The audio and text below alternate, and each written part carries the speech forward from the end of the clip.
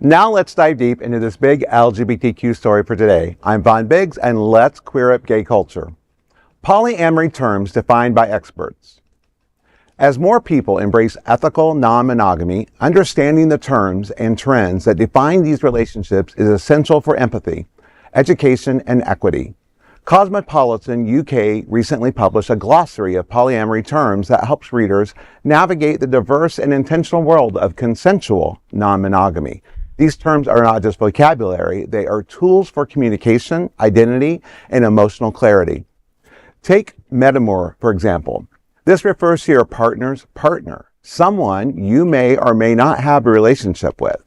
Then there is compersion, a term that describes the joy one feels when their partner experiences pleasure with someone else. It is the opposite of jealousy and the cornerstone of many polyamorous relationships.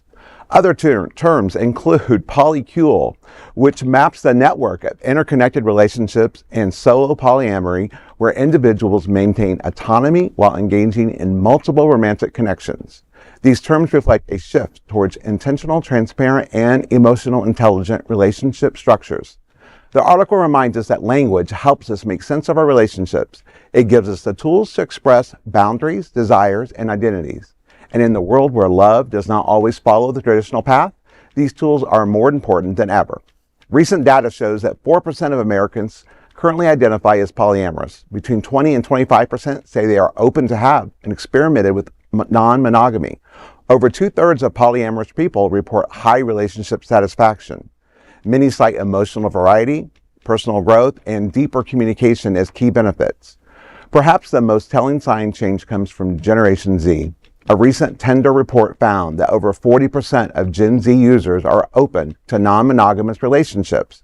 This generation is redefining intimacy, prioritizing emotional honesty, and rejecting rigid relationship norms. The openness signals a cultural shift towards more inclusive and flexible models of love. Despite the emotional richness of polyamory, challenges remain. Nearly 50% of polyamorous individuals report experiencing stigma or discrimination. But the tide is turning. A younger generation embrace new relationship structures. Polyamory is emerging not just as a lifestyle, but as a movement rooted in authenticity, consent, and connection. Understanding polyamory is not just about knowing the lingo, it is about honoring the humanity behind it. From Cosmopolitan UK's glossary to the latest data on relationship trends, the message is clear. Love is expansive, language matters, and the future of relationships is being shaped by those brave enough to live them authentically.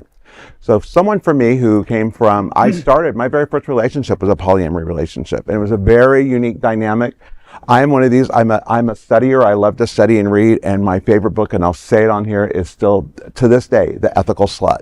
It is the best book ever written. If you ever want to be in a relationship, anybody out there in a relationship should get that book. I've heard because of it.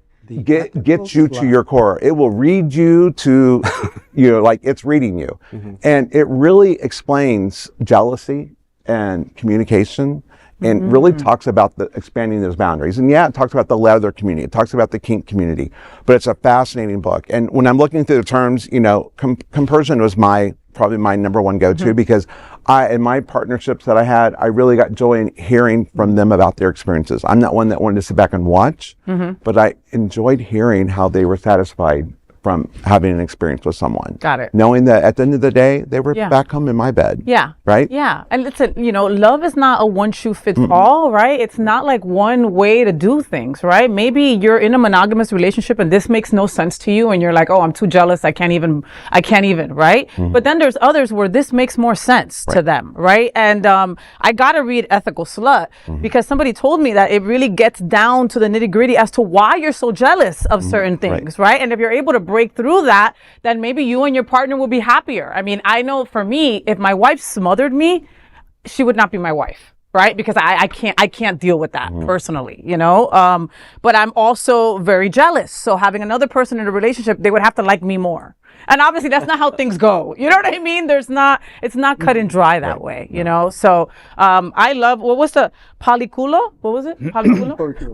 Polycure. Why you got? Because you added your little Latin twang to it. Yeah.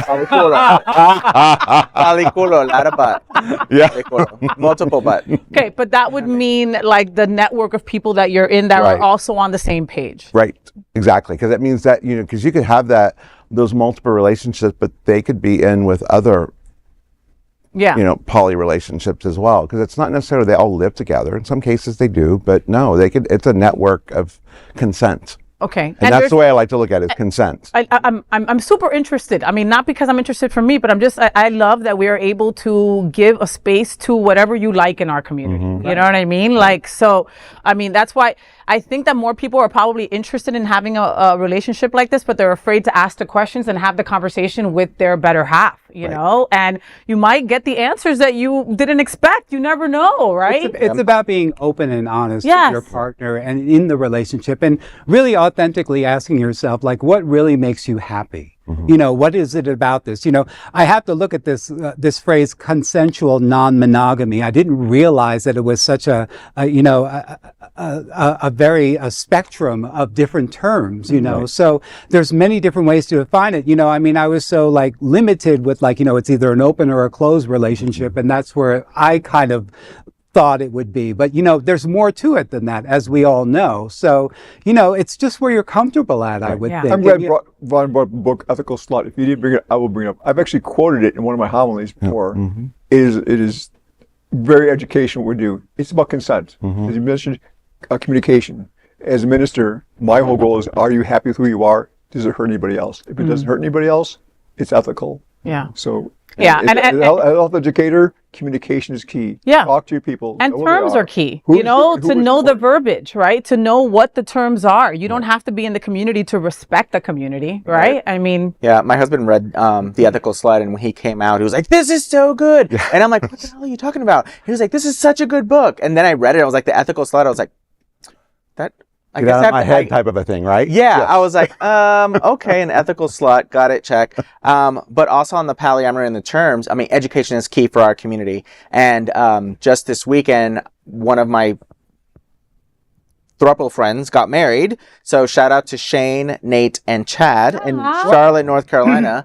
They got married, and it was such a beautiful, I wasn't physically there, but I saw it through their social media, and it was such a beautiful ceremony of acceptance and true love. And this gives me a little bit more understanding of what that relationship looks like. But congrats, Shane, Nate, Chad, and Jacob. I guess I'll read the book when I get home. wow. That is the big LGBTQ story for today. There is no other queer nonprofit media platform like this in the entire world. Support our LGBTQ stories by subscribing and sharing Queer News Tonight.